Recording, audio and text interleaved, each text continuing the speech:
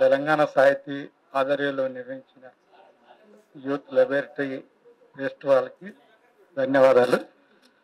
నేను పెద్దగా ఎక్కడ మాట్లాడలేదు, ఏ స్టేజీల్లో వెళ్ళలేదు. నేను మామూలుగా అంటే ఒక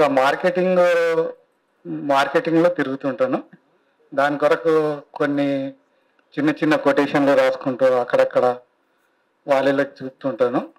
అయితే నాకు ఒకసారి ఏంటంటే మన తగుళ్ళ గోపాల్ అన్నది దండకర్యం బుక్ చూసిన తర్వాత కవిత్వం అంటే ఇలా ఉండాలి, ఇట్లా ఉండాలి, ఒక మామూలుగా పల్లెటూరులో మనం ఏ రకంగా ఎదుగుతున్నాం, మన భాష ఏంటి, మన యాస ఏంటి, ఇలాంటి కవిత్వాలకు కూడా ఇంత మంచి ఆదరణ ఉందనేది చెప్పేసి నాలోని కలిగింది ఒకటి. అయితే నాకు చిన్నప్పుడు జరిగింది ఒకటి ఏంటంటే, మా నాన్న ఎంత కొట్టిన తర్వాత నేను స్కూల్కి వెళ్ళకపోతుంటుంది. అప్పుడు చదువు ఇప్పుడు ఈ రకంగా ఉపయోగపడిందా, నాకు ఉపయోగపడలేదు అనేది నాది తనివి తీర ఏడుస్తా అనేది నా శీర్షిక. ఆకలిని ఆశల్ని తీర్చే నాన్న ఇప్పుడు నా పట్ల రాక్షసుడయ్యాడు. పొద్దున్నే నిద్ర లేపి చిత్రహింస పెట్టేశాడు. ఒక చెక్క పలక చేతికిచ్చి బల్పముక్క జేబులో వేసి బడికి వమ్మని ఇంట్లో నుండి వెళ్ళగొట్టాడు. నాన్న బండరాయిగా మారిపోయాడు. నాన్న జాలిగుండె చెరువు ఎండిపోయింది. ఎందుకో నాకు అర్థం కాలేదు. ఇష్టం వచ్చినట్లు తిరిగే నన్ను బడి అనే కష్టాల గుంతలోకి దింపేశాడు నాన్న. నాన్నలో ఎంత మార్పు. బడిలో సార్లు చెప్పే ఆత్మజ్ఞానాన్ని నాన్న చెప్పలేదు. ఎందుకో నాన్నకు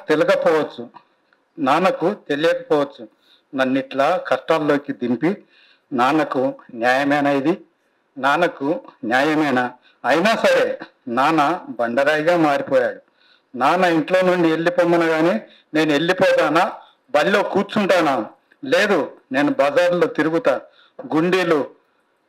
గుండీలు తెంపుకొని పిచ్చలబిడిగా రోడ్ల మీద తిరుగుతూ ఏడుస్తా, గుండీలు తెంపుకొని జుట్టీర పోసుకొని తిరుగుతా. కానీ నాన్న, నువ్వు నా వల్ల చూపిన ఈ కష్టానికి నేను పశ్చాత్తాపంగా ఈరోజు ఏడుస్తున్నా, తనివి తీరా ఏడుస్తున్నా. ఏంటి అంటే, నాన్న నువ్వు ఇచ్చిన ఈ కష్టాన్ని నేను గుర్తించలేదు. నాన్న నువ్వు చూపిన ఈ కష్టాన్ని నేను గుర్తించలేక నీ కాళ్ళ మీద పడి తనివి తీరా ఏడుస్తున్నా. నాన్న ఏడుస్తున్నా. Thank you sir.